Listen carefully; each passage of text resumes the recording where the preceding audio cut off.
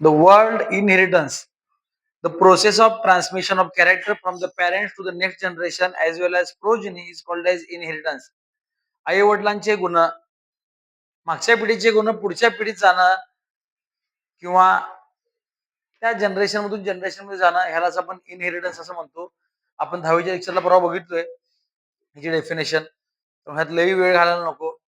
बरोबर आहे. तुझा मेंदू पप्पांसारखा झालाय, तुझे डोळे आत्यासारखे झाल्यात असं करत म्हणत असतात. तुझा राग काकावर गेलाय असं असते की आपलं. म्हणजे मागच्या पिढीची गुण पुढच्या पिढीमध्ये. It is transmission of character from one generation to another generation since last 10 generation. Okay. Gregor John Mendel हे नोट्स मला आहेत ना सगळ्यांकडे. त्यांच्याकडे त्यांना जरा फायदा होईल. बाकीच्या बसा बोंबलतच. ठीक आहे. मागच्या धड्याचे नोट्स काढले असतील तुम्ही. नोट्स नंतर एक्सरसाइज पण काढला असशील अशी माझी अपेक्षा आहे. कधी पण मी चेक करणार तेव्हा तुमच्या सगळं पूर्ण असेल. बरोबर आहे. नोट्स विथ एक्सरसाइज सगळं. काय म्हणलीस? हा काढा की. काढा उद्या परवा दिवशी. परत एकदा कशाला जेवताय उद्या? कशाला? नाश्ता करताय ना? कशाला लागणार की ते सोडून वेगळं काढ लागते कारण ते मी अजून पुढे तुम्हाला लावलेलं नाही. ठीक आहे. राहू दे की माझा टाइमपास करायला आधीच मी लेट. तर तुम्ही असं केलं कसं करायचं?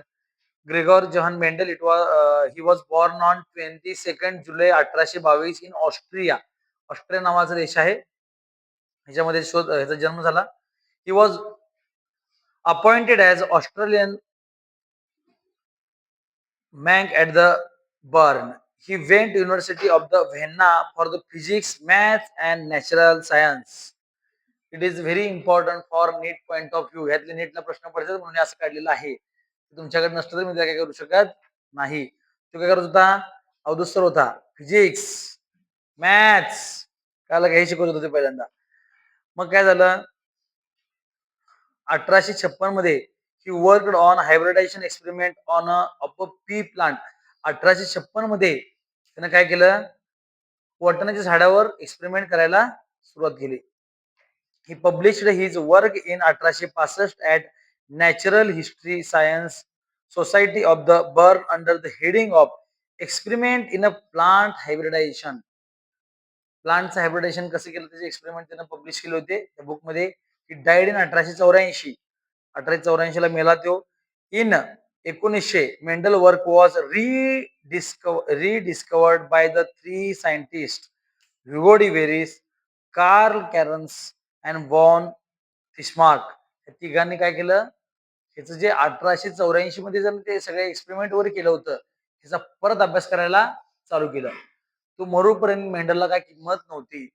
भारत म्हणजे कुठल्या पण देशात नियमच आहे, मेल्यावरच लोक पाया पडतात. मग काय करायला पाहिजे तुम्हाला? तुम्हाला किंमत लोक तर द्यायची म्हटलं तर मराय पाहिजे. चांगली गोष्ट आहे. कळलं? जिवंत आहे तोपर्यंत त्याला काही चांगलं म्हणत नाहीत. अजित पवार मेल्यानंतरच कळालं की चांगला होतं ते. यात माहित होतं आपल्याला एवढं चांगलं माहित होतं. एवढं माहित होतं नाही. तेव्हा मेल्यानंतर जास्त हे होत असते. पण त्या काळात हे नंतर डिस्कवर करणं चांगली गोष्ट आहे. तेव्हा काय व्हॉट्सअप, इन्स्टा, गुगल किंवा गुगलवर जे रिसर्च आता आपण वाचू शकतोय त्यावेळी काय काही सिस्टीम नव्हती. ज्याला वाचायचं त्यांना पेपर काढायला लागायचे. मग ह्या तिघांना काहीतरी बुद्धी सुचली चांगली त्यामुळे हे याचा शोध परत हे केलेला आहे. ह्यातनं एखादा प्रश्न कधी कधी पडतो. कधी जन्मला? तर पुस्तकाचं नाव काय? काय करायचा? कधी मेला? तिघ जण कोण कोण असे प्रश्न बऱ्याच वेळी पडलेले आहेत. त्यानंतर selection of plant. Mendel selected garden pea that is the Pisum sativum. Pisum sativum हे सायंटिफिक नेम आहे. कशाचं? वटाण्याचं. ठीक आहे. त्याने काय केलं? वटाण्याचं झाडाचं हे केला. मग का त्यानं वटाण्याच्या झाडाचा अभ्यास केला असेल? त्यानं आंबा का घेतला नसेल? माझा प्रश्न मला काय आला? मेंडलनं आंबा घेऊ शकला असता, फणस घेऊ शकला असता, वडाचं झाड घेऊ शकला असता. कळलं मी काय म्हणाले ते? का मग हे घेतला? आणि काय होतं? आता हायब्रिडायझेशन करायला पाहिजे म्हणजे काय करायला पाहिजे? पुढची जनरेशन बघायला पाहिजे. हा वटाणा, ह्या वटाण्याची पोरं, वटाण्याची ना तू वटण्याची पण तू बघायला पाहिजे आपल्याला, बरोबर ना. मग आपण जर घेतलं आंब्याचं झाड, आंब्याला आंबा कधी लागणार? 10. आता काय हायब्रिडेशन झालं थोडं, त्यावेळी 10-12 वर्ष लागतात. मग 10-12 वर्षांना आपल्याला पुढचा आंबा खायला बघायला मिळणार, बरोबर आहे. मग त्यावर परत एक्सपेरिमेंट केला, त्याच्या पुढचा आंबा परत 10-12 वर्षांना. बरं ठीक आहे, त्याने काय घेतलं? बनियान ट्री घेतलं. बनियान ट्री म्हणजे बन्यांचं झाड. मग काय, वडाच झाड, ठीक आहे. हा, वडाच झाडाला काय होणार? किती वर्ष जगते वडाच झाड? हजारो वर्ष जगते. काय म्हणलो मी? किंवा राहायला पाहिजे, जगायला पाहिजे, त्याचा एक्सपेरिमेंट करायला जगायला पाहिजे की नाही. माझं म्हणणं काय तुम्हाला कळालं? म्हणून त्यानं काय केलं, वटण्याच्या झाडाचा लाईफस्पॅन किती असतोय? 4 वर्ष. किती? 4 महिने. किती? म्हणजे वर्षातनं ते 3 त्याचे जनरेशन बघू शकत होता. काल एक्सपेरिमेंट केला, ह्यातनं काय त्यात मिक्सिंग केला, तर पुढचं कसं किती महिन्यात लागणार? 4 महिन्याला. काल हे त्याच्या मागचं सगळ्यात होतं. तरी पण बघूया आपण काय काय. Plant is annual, short life span, 2 ते 3 जनरेशन एका वर्षात मिळायची, इझिली अवेलेबल. काय व्हायचं? आता आंबा आणायचा आपल्याला, मग कोकणात जायला करायचं. मग वटाणा कसा आहे, कुठं पण टाकला तर वटाणा होऊ शकतोय, त्यामुळे कुठं पण अवेलेबल होऊ शकत होता. Plant shows number of contrasting character. मग आपल्याला काय बघायची होती? झाडाची पानं कशी आहेत, झाडाची फुलं कशी आहेत, झाडाची फळं कशी आहेत, झाडाचं देठ कसं आहे, झाडाचं खोड कसं आहे, असं बघायचं होतं. कळालं? ह्या झाडाचं कसं आहे, त्याचं पोरं कसं आहे, त्याचं नातू कसं आहे, असं बघायचं आपल्याला, बरोबर आहे. मग कॅरेक्टर जास्त होते, जे 7 कॉन्ट्रास्टिंग कॅरेक्टर आपल्याला बघायला मिळत होते. कशामध्ये? वाटाण्यामध्ये. किती? 7 कॉन्ट्रास्टिंग. Flowers R bisexual. झाडाचे हे कसे होते? एकाच झाडात मेल आणि फिमेल पण होतं. नाहीतर मग काय करायला लागलं असं तुम्हाला माहिती? आपलं केळीचं झाड कसं असते ते? केळी झाडामध्ये मेल फिमेल वेगवेगळे असतात. काय म्हणलो कळालं? त्या केळीच्या बागेमध्ये एक मेन झाड असते, त्यांना स्पोर सोडल्याशिवाय किडी लागत नाहीत बाकी झाडाला. मग अवघडच की, आणि मेल झाड नसलं तर अवघडच आहे. म्हणून हे काय केलं? बायसेक्शुअल, म्हणजे मेल आणि फिमेल दोन्ही पण एका फुलामध्ये असते असं झाड होते. कुठलं? त्याला असं नव्हतं एक मेल लावतो एक फिमेल, असलं काय संबंध नाहीये, हे एखादंच काम होऊन जाणार होतं. बायसेक्शुअल म्हणजे तुम्ही म्हणता तसं घ्यायचं नाही बरं काय. जाधव लगे बघा असं नाही, तो काय म्हणाला माहिती काय? बायसेक्शुअल. हे काय? हे काय? हा, कळालं? बायसेक्शुअल म्हणजे ते घ्यायचं नाही. कळालं? बायसेक्शुअल आता कळालं तिला, तर सरकारी डुबलेट पेटते. बस केलं, झालं की लक्ष देऊया. हे कसं आहे? बायसेक्शुअल म्हणजे मेल आणि फिमेल पार्ट अवघडच आहे झाडाचं पण. Size of flower is enough large to make emulsification of artificial cross pollination. झाडाची उंची पण पाहिजे तेवढी बारकी होती, म्हणजे आपण त्याच्यावर काहीतरी वेगळे प्रयोग करू शकत होतो, हे म्हणायचंय. एवढं लक्षात ठेवायचं. म्हणजे झाड का निवडलं हे उत्तर आहे सगळं.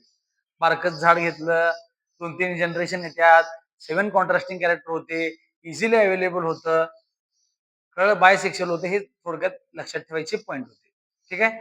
आता मग 7 कॉन्ट्रास्टिंग कॅरेक्टर आल्याशिवाय आपल्याला ह्या झाडाचे 7 गुण, 7 काय म्हणायचे कॅरेक्टर लक्षात आल्याशिवाय आपल्याला झाडा पुढे जाता येत. पोरं करतात ही सोडून पुढचं करतात पहिला बोंबा बोंब. काल घराला आपण हेच केलं नाही, बेसमेंटच केलं नाही, घर बांधलं, होईल काय घर? अजिबात होणार नाही. म्हणजे खिडक्या बसतील काय अल्युमिनियमच्या जाधवांच्या? बसणार नाहीत, कायच बसणार नाहीत. खाली पहिला काय पाहिजे आपलं? बेस पक्का पाहिजे. कळलं? व्हिडिओ पॉज कर. आता हे होते 7 कॉन्ट्रास्टिंग कॅरेक्टर. कॉन्ट्रास्टिंग याचा अर्थ का? काय तुला सगळं करतोस तू? सांगणार तर आहे रे, पण थोडंफार तरी सांगायला पाहिजे तू काहीतरी. काय तुझ्याकडे अपेक्षा जरा माझी जास्त असते. हा, असेल हरी तर देईल खाटल्यावरी, असं काहीतरी म्हण होती. हा, व्हेरी गुड. कॉन्ट्रास्टिंग म्हणजे different types of character. Okay. तर काय वेगवेगळी डिफरंट वेगळे आपण म्हणतो की कॉन्ट्रास्ट कलरची पॅन्ट घालायची म्हणजे काय हा लाईट आहे हा डार्क आहे तसं याचा अर्थ विरुद्ध कलर किंवा वेगळा कलर ओके तसं हे काय कॉन्ट्रास्टिंग मिनिंग कालाशी पुढे जाऊ नको तुला अजून सांगालोय मी लय मोठा डबरा आहे पुढे मिनिंग कालाशी पुढे जायचंच नाही bio is a subject of meaning subject of science तुम्ही जर अंडर एस्टिमेट केला हे काय बघूया नंतर नंतर तर मग नंतर 4 मार्क घालता येते बरोबर मग असे 4 किती पडले सकाळचे टेस्टला मार्क 300 पडतात काय बायोला पडतात मग 350 नाही अजून घरात येऊन पेपर सोडायचा परत काय करायचं जर पेपर झालाय की नाही तो घरातून जरा चेक करायचा परत काय चुकलं ते ऍटलिस्ट तो परत चुकला नाही पाहिजे तो प्रश्न दुसरा चुकू द्या तो प्रश्न परत चुकला नाही पाहिजे आणि अभ्यास करताना कायम लक्षात ठेवा पहिल्यांदा धडा वाचायचा पूर्णपणे स्टेटबोर्ड मधनं मग एनसीड धडा वाचायचा एकदा एकदा 3 वेळा नाही एक धडा वाचा पहिला मग काय करायचं क्वेश्चन वाचायचे त्याचे जराशी काल म्हणजे आपल्याला आयडिया येत्या ह्यावरची काय क्वेश्चन पडणार आणि मग परत पुस्तक वाचायचं काय काय म्हणलो मी काल एकदा पुस्तक परत क्वेश्चन आणि परत पुस्तक it is the method of 100% assurance मामा तरी करण्याचं असं बदल कर म्हणजे काय होतंय आपल्याला माहित नसते कुठला प्रश्न महत्वाचा आहे कुठला पार्ट यातला महत्वाचा आहे कुठल्या पार्टवर प्रश्न पडणार आहेत त्यामुळे पहिल्यांदा वाचायचं धडा पूर्ण परत मग क्वेश्चनचा अभ्यास करायचा आणि परत धडा वाचायला घ्यायचा मग ते कुठं फोकस करायचं आपल्याला कळतंय समजलं हा तर काय 7 कॉन्ट्रास्टिंग कॅरेक्टर मध्ये पहिला लक्षात ठेवा आपल्याला काय करायचे 4 गोष्टी लक्षात ठेवायचे पहिला म्हणजे हाईट ऑफ स्टेम म्हणजे काय झाडाचं खोड म्हणा स्टेम त्यानंतर काय झाडाची फुलं महत्वाची आहेत फ्लॉवर म्हणा फ्लॉवर त्यानंतर झाडाचं शेंग महत्वाचे आहे पॉड ठीक आहे आणि झाडाचं बिया महत्वाचे आहेत म्हणजे सी कळलं पहिला हे 4 जण लक्षात ठेवायचे सिस्टमॅटिक अभ्यास करायचा कसं पण करायला नाही हे असं सात लक्षात राहत नाही काय करायचं पहिल्यांदा स्टेम स्टेमचे किती कॅरेक्टर आहेत एकच कॅरेक्टर आहे कळलं फ्लॉवरचे किती कॅरेक्टर आहेत 2 कॅरेक्टर आहेत पॉडचे किती कॅरेक्टर आहेत 2 कॅरेक्टर आहेत आणि सीडचे किती आहेत समजलं एवढं तरी आता हाईट ऑफ स्टेम म्हणजे झाडाची पहिला उंची लक्षात ठेवा त्यानंतर बघा पोझिशन ऑफ फ्लॉवर म्हणजे झाडाला फुलं कुठं लागणार आहेत कळलं त्यानंतर 3 ठिकाणी colour colour colour colour of flower colour of seed colour of pod कळलं म्हणजे हे कलर झालं पोझिशन झाले कलर घ्यायचं नंतर काय shape of pod colour of pod shape of seed colour of seed काय काय म्हणलो मी कळलं आता बघून म्हणा एकदा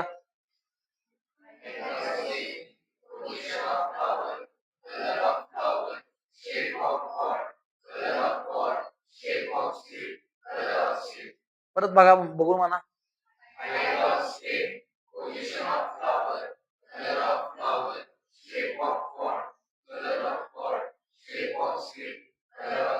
डोळे झाका आता आणि आठवून जोरात म्हणायचं ज्याला नाही व्हिडिओ चालू दे आणि ज्याला आठवत नाही की नाही तेव्हा त्याने डोळे उघडायचे मला बघायचं की मग आठवलं नाही की डोळे उघडा काय अडचण नाही खरं आठवून बघा पहिल्यांदा म्हणा आता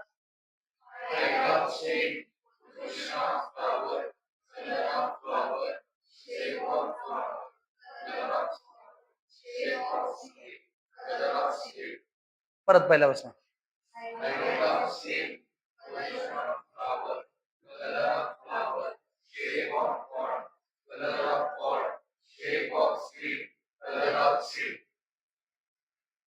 बघा एकदा बघून म्हणा आता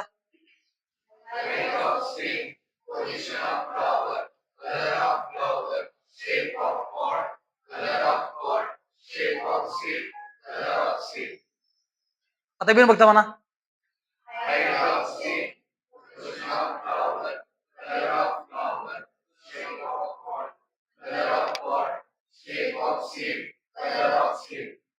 ठीक आहे पुढे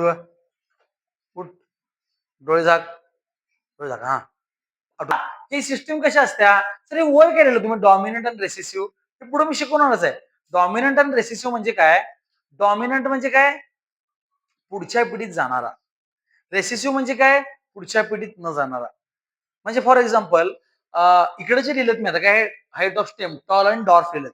टॉल म्हणजे उंच जास्त असलेलं, डॉर्फ म्हणजे खुज्जा बुटका. ओके.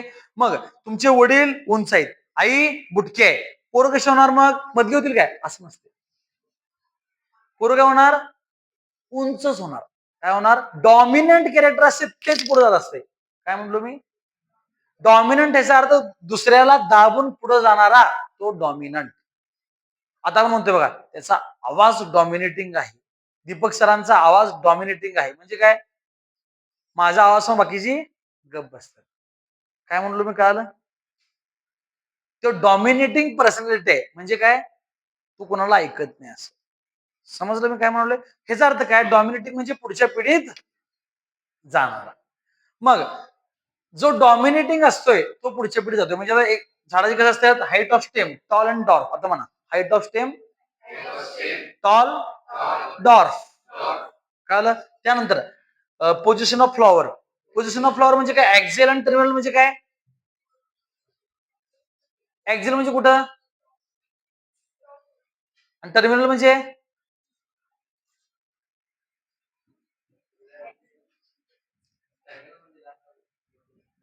ऍक्झियल म्हणजे डायग्राम बघा पुस्तकात, तुम्हाला कळून जाईल.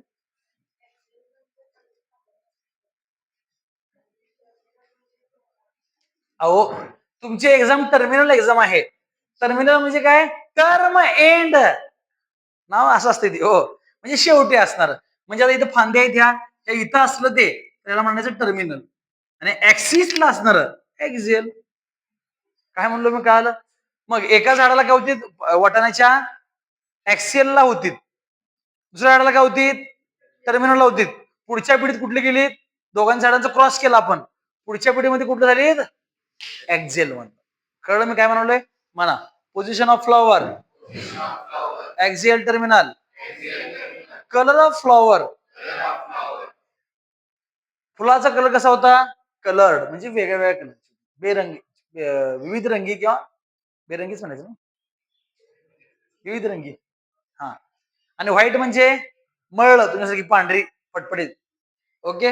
हा, shape of pod, inflated, पॉडचा शेप कसा आहे, इन फ्लॅटेड म्हणजे चपटा आहे, आणि कंस्ट्रिक्टेड म्हणजे त्याला वर सुरकुत्या पडल्यात तोंडावर असा. समजलं, इन फ्लॅटेड म्हणजे काय, चपटा.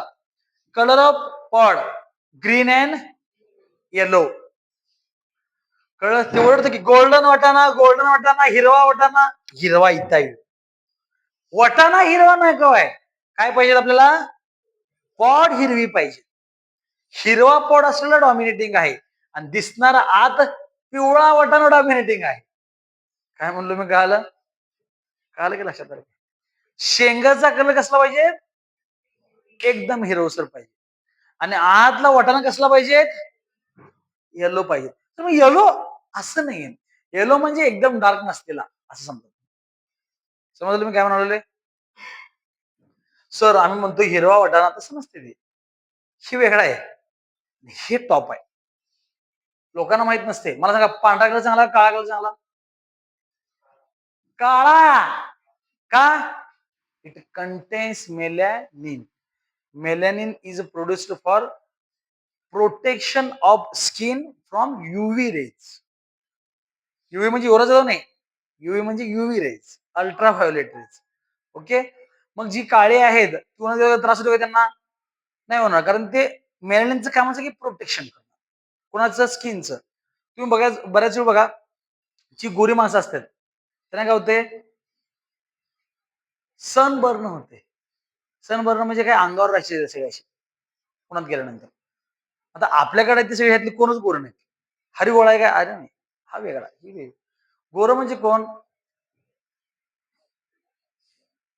रेगिस्तानमध्ये असलेले मुस्लिम लोक असतात की नाही, आणि म्हणून तिने बुरका घालतात पांढरा कलरचा.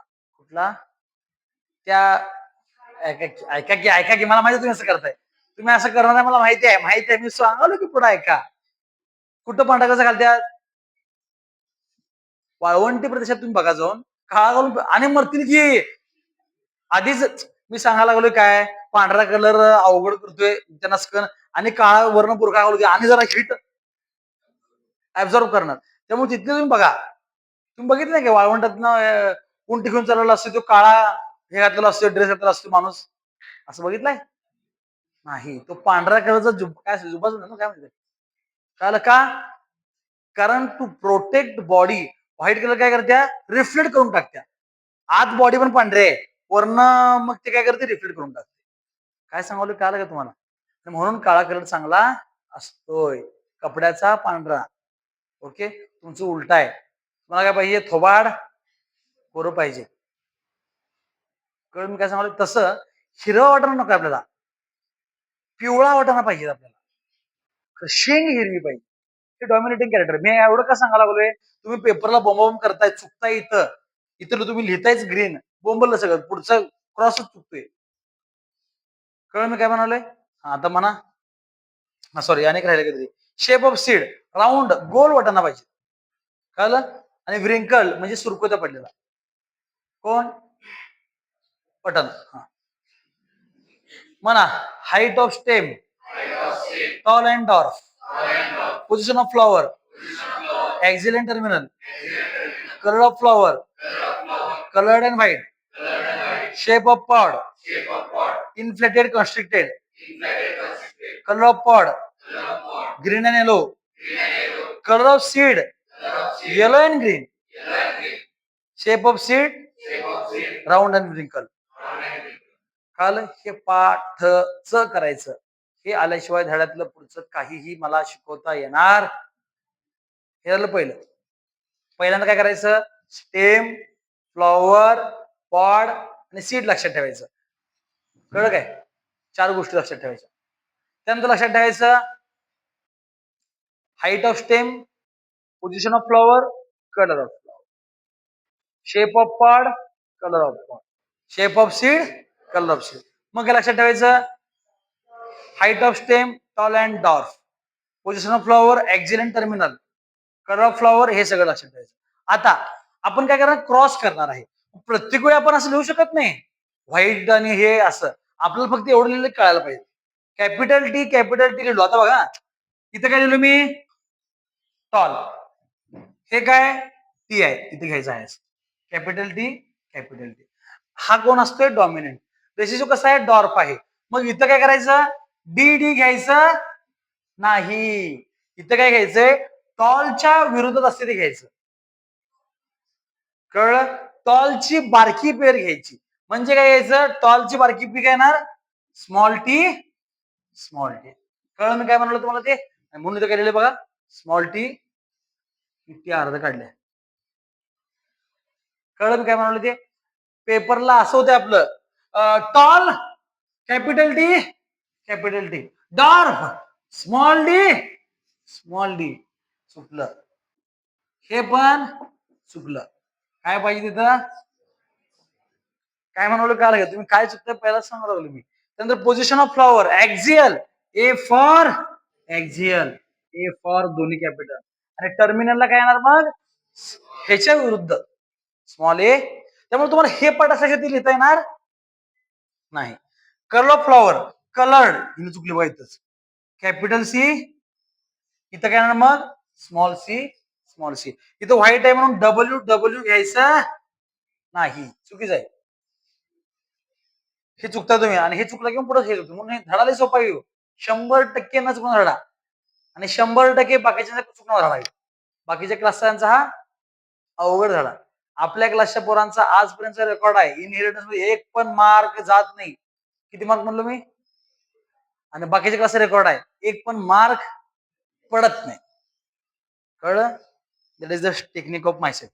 म्हणून हा टॉपिक मॅडम दिलेला नाही. कुठे होतो? Shape of pod, inflated. अवघड आहे. इन्फ्लेटेड म्हणजे कॅपिटल आहे, कॅपिटल आहे, पुढचा direct small small. Colour of plot, green, capital G, capital Parle G, इकडं small Parle G. G for genius, G for glucose, G for green. Shape of seed, round म्हणल्यावर capital R, capital R. Wrinkle म्हणजे small W, small W, small R, small r. Colour of seed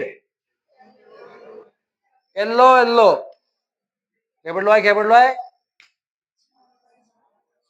समजलं? हे विसरणार नाही आहे तुम्ही. मला तुमच्यावर पूर्णपणे विश्वास आहे. प्राप्ती सांगा एकदा आठवून बघा भाऊ. 7 कॉन्ट्रास्टिंग कॅरेक्टर आठवा.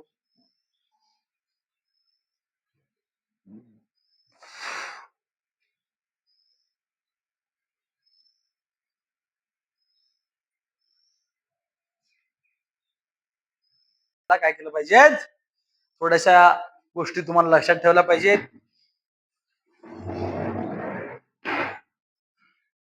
उदाहरण विचारायचं की ना, उदाहरण लगेच उदाहरण कसलं आहे? अरे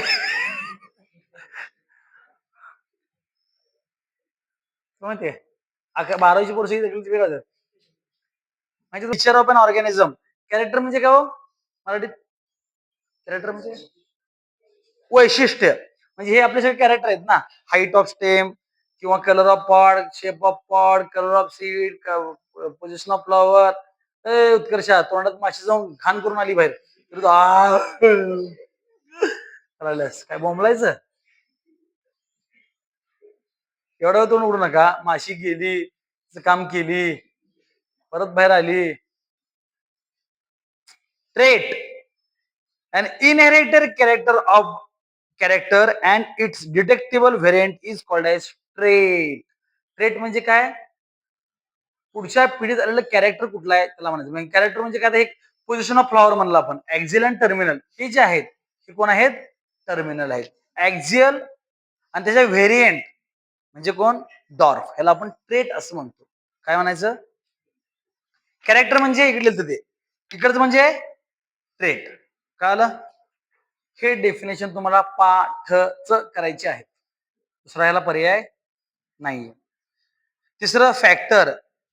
it is the unit of heredity. A particle present in the organism responsible for inheritance and expression of character is called as factor. Factor म्हणजे कोण? पुढे तुम्हाला कळत. पुढचं सांगतो म्हणजे मागचं कळत. जीन. जीन सांगितलं term coined bye Johnson. A particular segment of DNA which is responsible for inheritance and expression of characters. परवा सांगितले मी जीन पासून डीएनए, डीएनए पासून क्रोमोझोम, क्रोमोझोम पासून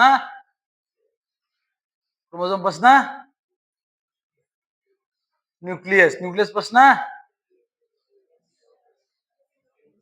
न्यूक्लिओलस, मग न्यूक्लियस, मग sale.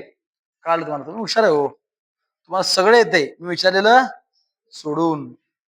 Aleel two alternative forms of gene is called as allele. आता factor म्हणजे काय हो बघा. ह्याला म्हणायचं अलील. दोघ जण आहेत की नाही, ह्याला म्हणायचं अलील. ह्यातला एकटाच होता ह्याला म्हणायचं फॅक्टर. आता काय आलं?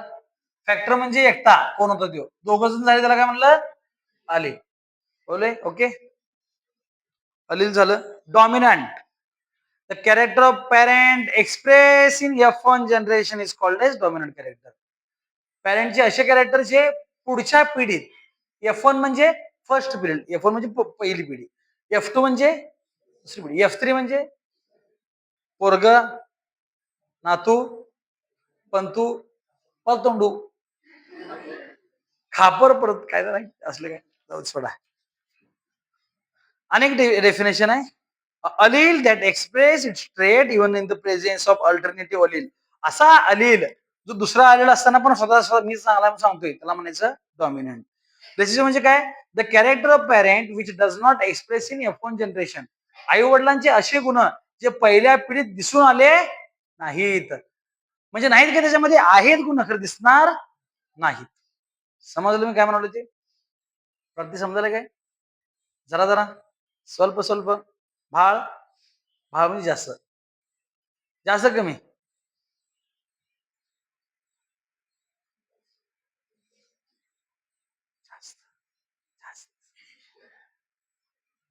Homozygous. The individual possess similar allele for the particular trait. म्हणजे काय? हे दोघं पण जर सेम असले तर याला म्हणायचं होमोझायगस. होमो म्हणजे सेम आणि हेट्रो म्हणजे कसा एक मोठा आणि एक छोटा. सर बघ इथं तर दोन्ही पण एकसारखे आहेत म्हणजे मोठे हेच आहेत काय म्हणायचं सेम टू सेम आहेत. हे दोन्ही पण होमोझायगस आहेत. अजून आपण पुढची पिढी शिकणार आहे त्या पिढीमध्ये काय असणार आहे ह्याचा अर्ध आणि त्याचा अर्ध येणार आहे. तेव्हा आपण त्याला हेट्रोझायगस म्हणणार. हेट्रो म्हणजे काय इंडिव्हिज्युअल पसेस डिसिमिलर आली. फिनोटाईप फिनो म्हणजे दिसणं जिनो म्हणजे जीन असणं कळलं. Phenotype external appearance of an organism is called as phenotype. वर्ण दिसतंय कसं त्याला म्हणायचं फिनोटाईप. काय आतली गुण काय आहेत अंगातले किडे त्याला काय म्हणायचं जिनोटाईप. कळलं किती शांत आहेस असं दिसला घेऊ फक्त शांत त्यात किडे काय आहेत ते मला माहिती आहे ह्याला म्हणायचं. समजलं मी काय म्हणाले ते.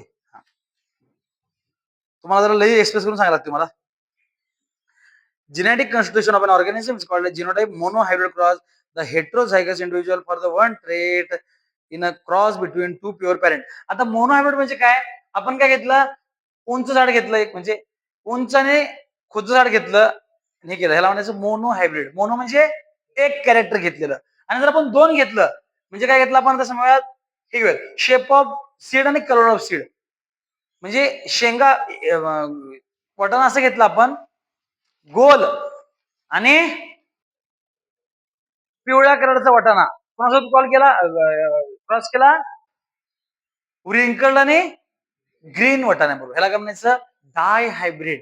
डाय म्हणजे दोन कॅरेक्टर क्रॉस केले असते. ट्राय हायब्रिड म्हणजे तीन कॅरेक्टर क्रॉस केलेले म्हणजे कलर ऑफ स्पॉट घेतला आपण हे एक दोन तीन कॅरेक्टर घेतले त्याला म्हणायचं ट्राय हायब्रिड. का अवघड आहे. मोनो म्हणजे डाय म्हणजे ट्राय म्हणजे काय कॅरेक्टर. समजलं सोपा की बायो व्हेरी इझी. चाल ना हे एकदा वाचून घ्या डेफिनेशन सगळ्या व्हिडिओ 2 मिनिट पॉज कर. टॉल झाड घेणार उंच झाड घेणार आणि दुसरं कसं घेणार मध्ये विरुद्ध घेणार म्हणजे कुठलं घेणार डॉर्फ झाड घेतलं आपण. ठीक आहे मग हे काय होतं पॅरेंट होते हे कळलं. मग यातलं कुठल्याला पण एकाला आपण मेल मानायचं. मेल म्हणजे असं गोल कडून बाण लिहिला स्पर्म जात असतोय म्हणून बाण असा असतोय. ठीक आहे आणि ओमकडे स्पर्म येत असतो कुणाला घ्यायचं हे असते असं लक्षात लक्षात ठेवायचं. ठीक आहे मग सर ह्यो टॉल झाड मेल का फिमेल असं काही नाही बायसेक्सुअल झाड आहे ना म्हणून मानायचं असते खरं लिहिताना सिस्टीम असते लिहायची. नंतर काय पॅरेंट जिनोटाईप लिहायचं आपण. जिनोटाईप म्हणजेच ट्रेट लिहायचं आहे. मग टॉलचं कसं होतं ट्रेट हो कॅपिटल टी त्याच्याबरोबर उलट लिहायचं असते पण डॉर्फला म्हणजे काय स्मॉल टी स्मॉल टी.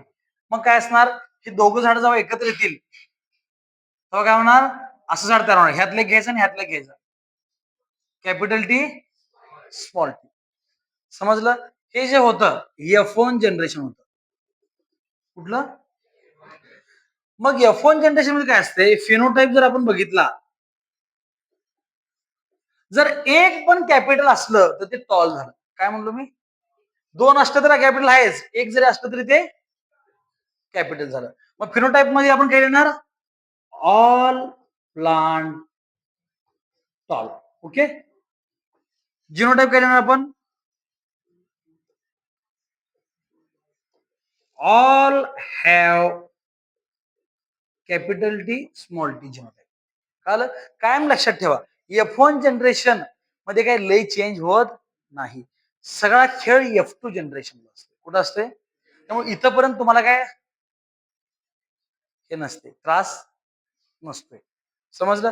खरा गेम कुठं असतोय F2 जनरेशन.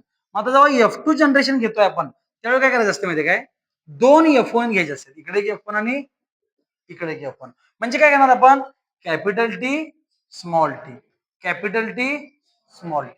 समजलं. म्हणजे इथे जर लिहायला गेलं तर असं लिहिलं आपण capital T small T cross with capital T small T. आता ह्याच्यात दोन प्रकारचे गॅमेट होते म्हणून आपण दोन असे वेगळे करून घ्यायचे. कॅपिटल टी इकडे घेतला स्मॉल टी घेतला इकडे काय केला कॅपिटल टी आणि स्मॉल टी हे केला. जरा याला झँगपँग करायचं याला चौकोन बॉक्स काढायचं म्हणजे चांगलं दिसते. पावडर अष्टगंध वगैरे लावायचं सगळं त्याला काय करायचं गोल काढायचं कारण वर आपण स्क्वेअर ऑर्डर केलेला आहे. कळलं. मग आता जरा लक्ष द्या काय करायचं हा ह्याच्याबरोबर एकदा क्रॉस करायचा. कळलं म्हणजे काय ह्याला काय करायचं इकडे ह्याला घेऊन यायचं. मग काय बघा कॅपिटल टी कॅपिटल टी. आता हा परत सॉरी हा इकडच्या बरोबर घ्यायचा. म्हणजे ह्याला काय केलं मी ह्याच्यावर एकदा नेलं आणि ह्याच्यावर एकदा नेलं. कळलं? डायग्रामॅटिक रिप्रेझेंटेशन प्रॉपर यायला पाहिजे. त्यासाठी काय केलं मी याचं बाण इथे घेतलं आणि इकडे घेतलं. कॅपिटल टी आणि स्मॉल टी. कळलं? आता काय करायचं? ह्याला ह्याच्यावर एकदा न्यायचं. ह्यालाच कळलं? मग काय येणार बघा? ह्याच्यावर इथं घेतल्यानंतर येणार कॅपिटल टी स्मॉल टी. आता असं कधी लिहायचं नसते. कारण कॅपिटलची जागा कधी पण असत्या. मग सर खरं इथं स्मॉल आहे की असं नाही. दोघांचा पण मिक्स करून डोक्यात घ्यायचं असतं की इथं लिहायचं मग कॅपिटल टी स्मॉल टी. ह्या आणि हा मग काय येणार स्मॉल टी स्मॉल टी. कळलं? मग आता ह्या दोन्हीपैकी दोघं पण कॅपिटल म्हणजे हे कसं असणार झाड उंच असणार. दोन्हीपैकी एक टॉल आहे म्हणजे ह्यात पण एक कॅपिटल म्हणजे हे पण हे कसं असणार. मग फिनोटायपिक रेशो काय असणार याचा tall is to dwarf is equal to tall 3 झाड डॉर्फ 1 झाड. अवघड आहे. आणि genotypic ratio is equal to capital T is to capital T is to small t is equal to 1 is to 2 is to 1. काय अवघड आहे. 4 मार्कला question काय कोणालाच येत नाही म्हणा. हे सगळ्यात अवघड आहे. काय अवघड वाटलं का अवघड वाटलं तुम्हाला हे पाठ पाहिजे पहिला. कळलं? F1 जनरेशन काय सगळ्यांची गावावर सेमच येते. ह्याचा घ्यायचं त्याचा घ्यायचा ते F1 जनरेशन असते. मेन प्रॉब्लेम कुठं असतोय F2 मध्ये. मग तुम्हाला परत सांगतो मी F2 करत असताना त्याचे पहिला गॅमेट वेगळे करून घ्यायचे. गॅमेट वेगळे केल्यानंतर एकच घ्यायचा ह्याच्याबरोबर न्यायचा. हाच एक घ्यायचा दुसऱ्यावर न्यायला. इकडचा दुसरा घ्यायचा पहिल्यावरून न्यायला. इकडे दुसरा घेतला दुसऱ्यावरून न्यायला. समजलं मी काय म्हणायला लागलो ते.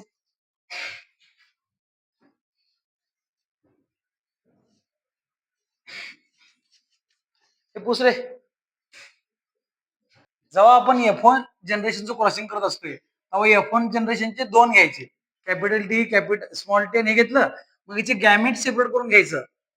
म्हणजे हा एक आणि हा एक वेगळा. ह्यातलं पण सेम तसंच येणार आहे. कॅपिटल टी आणि हे कुठनं काढलीच बी तू डायरेक्ट पोरं नाही काय नाही डायरेक्ट नातू आहे. आता हे केल्यानंतर काय करायचं तुम्हाला परत एवढं मराठीत सांगायला लागलोय. काय करा ह्याला ह्याच्या बरोबर आणा पहिल्यांदा. त्यानंतर हाच घ्या दुसऱ्या बरोबर आणायचा. हे डोक्यात ठेवायचं आपल्या पहिल्यातला पहिल्यातल्या पहिल्या बरोबर पहिल्या दुसऱ्या बरोबर पहिल्यातला दुसरा पहिल्या बरोबर दुसऱ्यातला सॉरी पहिल्यात दुसरा. समजलं?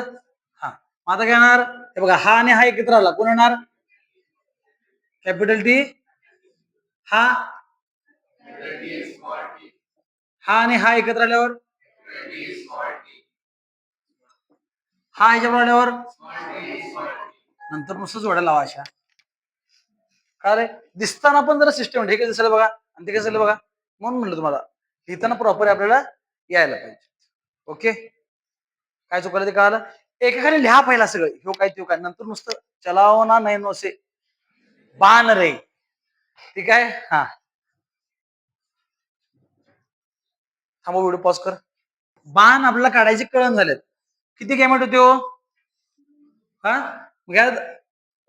गॅमेटसाठी हे करायचं म्हणजे काय होता इकडचा गॅमेट काय होता capital T small T. Capital T दुसऱ्याचा काय होता समजलं. हे असं करून ठेवलं. मग आता काय करायचं वर येता बघायचं साईडला एकदा बघायचं. वर बघितलं काय आहे कॅपिटल टी साईडला कोण आहे समजलं. आता ह्या बॉक्स मध्ये करताना वर काय खाली काय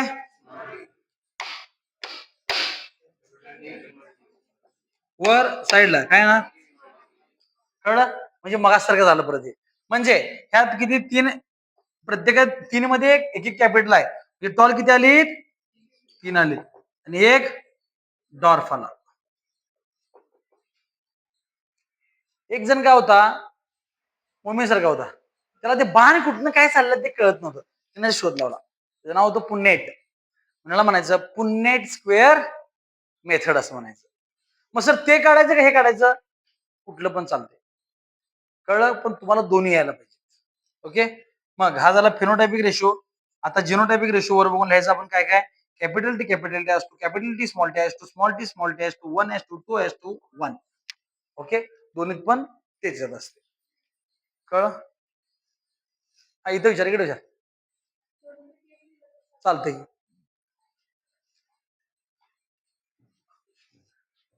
दुसरे आज जरा जमलंच मला. Diamond cross between the two homozygous individual contrasting two pair of contrasting as diamond cross. काय करायचे, दोन कॅरेक्टर घ्यायचे, कशाचे, फटाणे झाडाचे. हा, आता काय करायचं आपण, yellow and round seeds. Yellow and round seed. Parent कसे घेतले आपण बघा, येलो अँड राऊंड.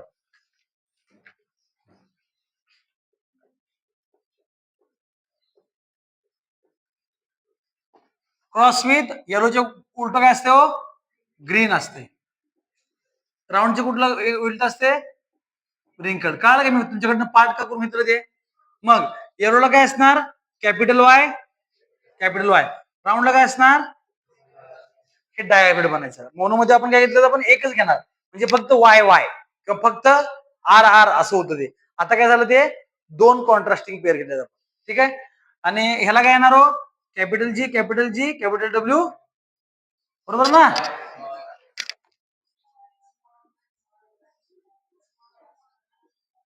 ओके, असं घेतलं आपण. F1 जनरेशन करताना काय लोडच घ्यायचं नाही, कारण हे सगळे होमोजॉइस असतात. या दोन्हीपैकी एक घ्यायचं, म्हणजे काय येणार, कॅपिटल वाय हे गॅमेट आलं एक, स्मॉल वाय स्मॉल आर हे गॅमेट आलं. F1 जनरेशनला कोण झालं, capital Y small y, capital R small r, सगळी झाडं असली होणार. कळलं. मग याचा फिनोटायपिक रेशो आपण काय लिहिणार, all plant are yellow and round. आणि जिनोटायपिक रेशो काय लिहिणार, सगळ्यांचा रेशो कसा आहे, capital Y small y, capital R small r आहे. त्यामुळे इथपर्यंत काही इथं विषयच येत नव्हता विचारातीला. काय इथवरून सोपत होईल बा, नाही. हा, आता काय करायचं आपण, F2 जनरेशन अवघड असते. F2 जनरेशन काय करायची, असली दोघ जण घ्यायची. F1 आलेली म्हणजे कसलं, capital Y small y, capital R small r, cross with लेखन केली की capital Y small y, capital R small r. कळ. आता इथं लई मोठी ट्रिक आहे, इथं जरा वेगळं हे. आता बघा, ह्याच्या वेळेला गॅमेट पाडायचे. काय करायचे, आता ह्याचे काय होणार आहे, चार प्रकारचे गॅमेट होणार आहे. 1 2 3 4. ह्याचं कारण असं आहे, हा ह्याच्याबरोबर एकदा न्यायचा आणि ह्याच्याबरोबर एकदा न्यायचा, म्हणजे कॅपिटल वाय, इथं पण कॅपिटल वाय, इकडे काय येणार, small r, capital R small r. आता हा ह्याच्यावर एकदा आणि ह्याच्यावर एकदा, म्हणजे दोन्हीकडे स्मॉल वाय लिहून काढायचं आणि लिहिताना परत ते कॅपिटल आर स्मॉल आर. काय म्हणलो मी, काल मग सेम ह्याचे पण असेच पडणार. मग खाली आपलं सगळं कन्फ्युजन होणार. त्यामुळे इथं काय करायचं, आता पुन्नेट स्क्वेअर मेथड वापरायची. म्हणजे काय करणार आपण बघा,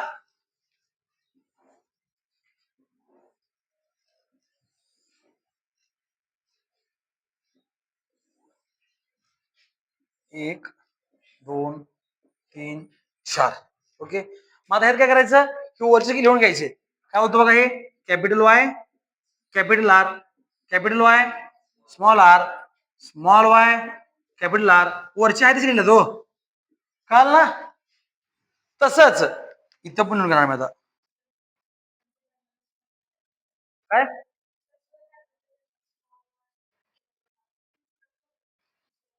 ह्या कॉलम मध्ये नाही नाही नाही, हे कसं असते, दोघं जेव्हा सेम आहेत, दोघं जेव्हा सेम असतात, त्यावेळी काय करतोय आपण, कॅपिटल पहिला लिहित असतोय. आता हा वेगळा आहे आणि हा वेगळा आहे, त्यामुळे असं लिहायचं नाही. समजलं. हा. 1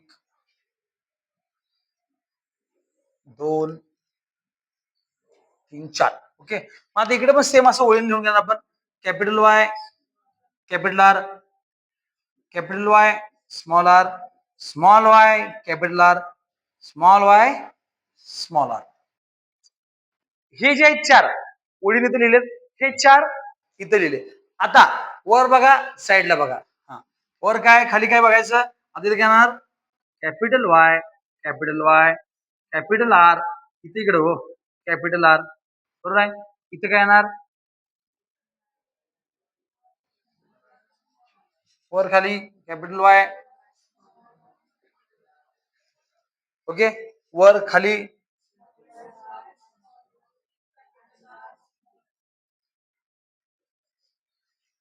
समजलं. हे जेव्हा दोघं घेणार आहे आपण, तेव्हा त्यातलं कॅपिटल पहिला लिहिणार. ओके, आता इथं काय येणार बघा, वर इकडं, इकडे कॅपिटल आहे, इकडे पण कॅपिटल आहे. एक कॅपिटल एक स्मॉल. ओके, जरा जरा समजलं.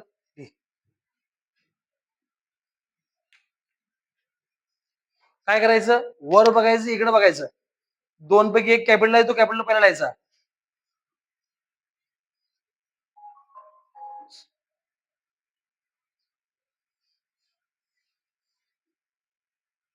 Very good.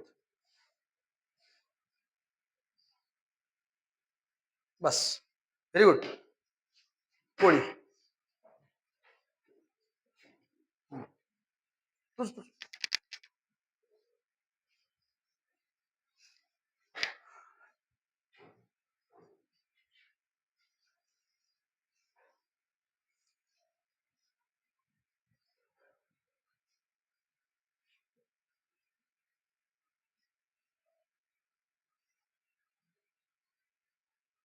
बरोबर बघा.